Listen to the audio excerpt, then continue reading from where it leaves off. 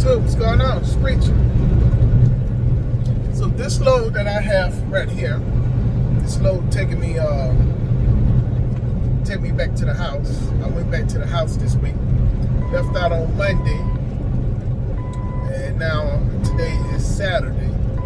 So I'll be home in about 6 hours, around 6 o'clock in the afternoon, between 6 and 7. I still got to take a 30-minute break. And I am going to stop to get the truck washed. I should be home by 8 o'clock. Right? So this is with a new broker that I signed up with. For me, it's a new broker for me, not a total new brokerage. It's just a new broker for me and my company now. And I've noticed this week I ran 2 loads with 2 different brokers that I had signed up with. I'm almost in month 6, right? So October the 2nd would be 6 months for me. These 2 brokers that I signed up with, you can sign up with them after 6 months, but because I'm so close, they went on ahead and just went on and did it. And some of the challenges that I had, first with getting signed on, I had to prove who I was, and I had to prove that my company was legit to even be able to sign up with them. So you can look at it as they want too much information, or you can look at it as because of all the fraud that is going on, they're just trying to make sure you are who you say that you are.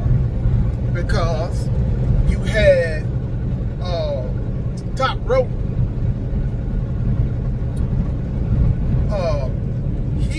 his authority was used for a load that he didn't do. And I believe Chase and Andrew Jackson also had a load that he didn't do. That somebody was acting like it was them and got a load up under their authority. So I look at it as if, if it happened to them, and now these companies is trying to make sure everything. So when they sent me on the documents, and I was talking with the both of them had ladies in offices that I had talked to, right? So I talked to them. I said, hey, before you agree on any load, you make sure that I had to put in it, make sure you got authorizations from me. So nobody just can't say, yeah, hey, company is this. They have to call me to ensure that it's okay for this person to even do a book load. And I told them I don't use any dispatchers that I don't use. And I gave them my wife's name that books loads in my name. These are the only 2 people who are authorized to put it. So they say, yeah, they'll put it in a system that authorization, just these 2 people are authorized to put loads. Because I don't want to get stuck and have to deal with the insurance company and then whoever is fighting my insurance company because they said I picked up the load and I didn't put up the load. So I agree with everything that he was doing just to make sure, but I just was trying to relay, listen, y'all doing this to make sure before I sign up with y'all, I need y'all to do the same thing to make sure it's me who's booking the load. And they said, well, they do that. So that's not a worry. Who are the authorized persons to be able to book loads? And that's when I gave them my wife's name and my name. That's the only ones that are authorized to book loads. Then because I'm guessing because it's my first load with them, they kind of like babysitting everything, right? So they doing check calls. One load I picked up was my Thursday load that picks up, basically my Thursday load that we delivered on Friday, right? So they was calling a lot about that, and just to make sure I was gonna be on time, everything was good, like was the bills clean and all this other particular stuff that they do. And so they was trying to make sure all that stuff was good. So I can look at it as it's bothersome because they was doing a lot of check calls, but I can understand because it was my first load with them, and I'm not at my 6-month period of time, and I'm a new. So if you get inside this game, and as your authority start to age, you start looking nose with these here companies, just know that they are going to be kind of timid at first with you until you have done a couple loads with them, and they can ease off on some things with it. So that's one thing. And I did like that, yeah, they wanted a whole bunch of information. Like, why you need my bank account information? Why you need my ELD information to verify my truck and all this? It's just so much stuff that you had to do going through this stuff, these procedures. And then they tell me I have to go through like Remus, or I had to go through Highway. So then when you go with them, now with them, you have to do all this information, and then they want all this information about you too. So then now you do it through all of them, and then after that, the company itself still send you some information after you've done all that stuff through Remus, and then they do their stuff too. So it was like, man, I got to do all this for a load, but I understand what all this fraud going through, because just this Monday, somebody did a fraudulent transaction on my fuel card. $615.12, but it was actually $612 because it was an out-of-network fuel station, so I get a $3 charge, and that's how the total came up to $615. But on Friday, they gave me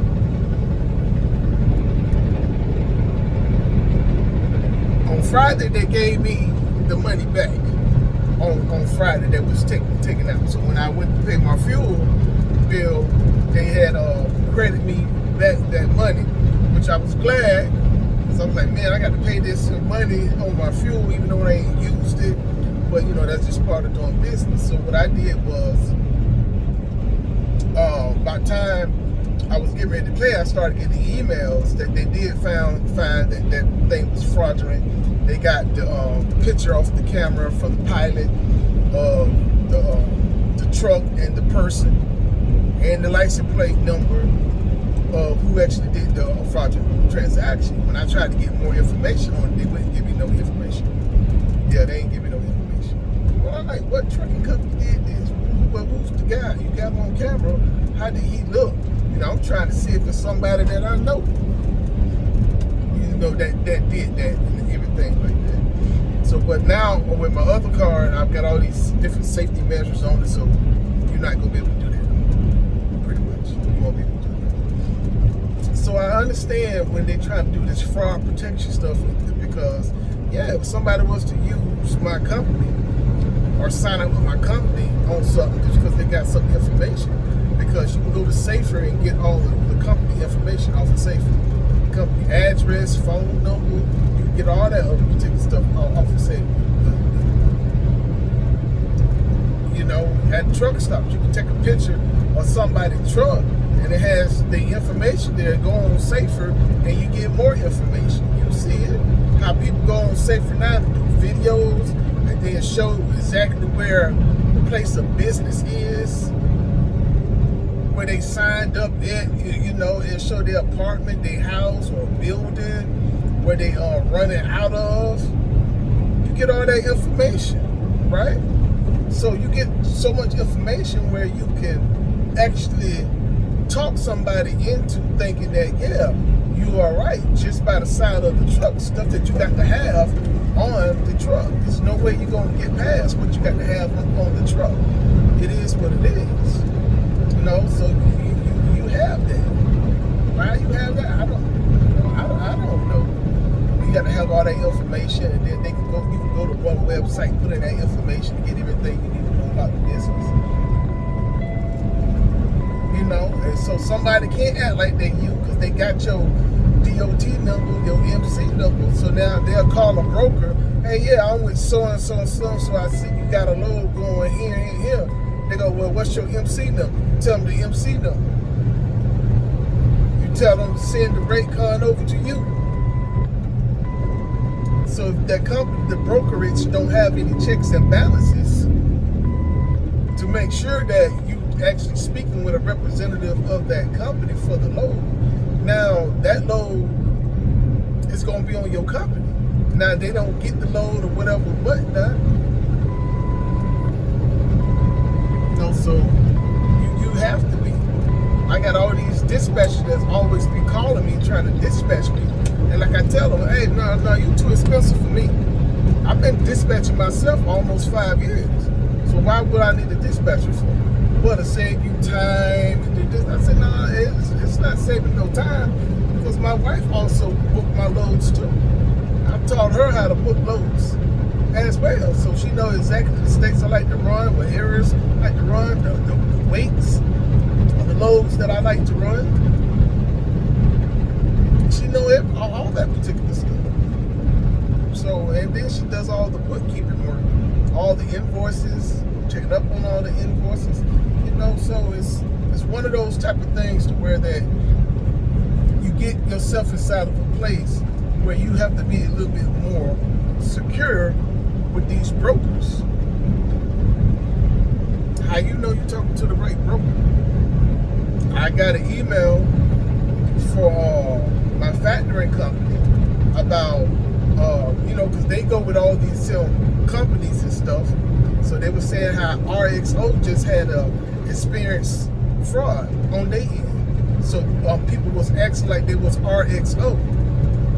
So watch out for that on the load boards, because RXO had did it, because I already have done a couple loads with RXO before, right? So that's one good thing about having a factoring company. They keep up to date with all these different brokers that experience frauds. So that's what I mean.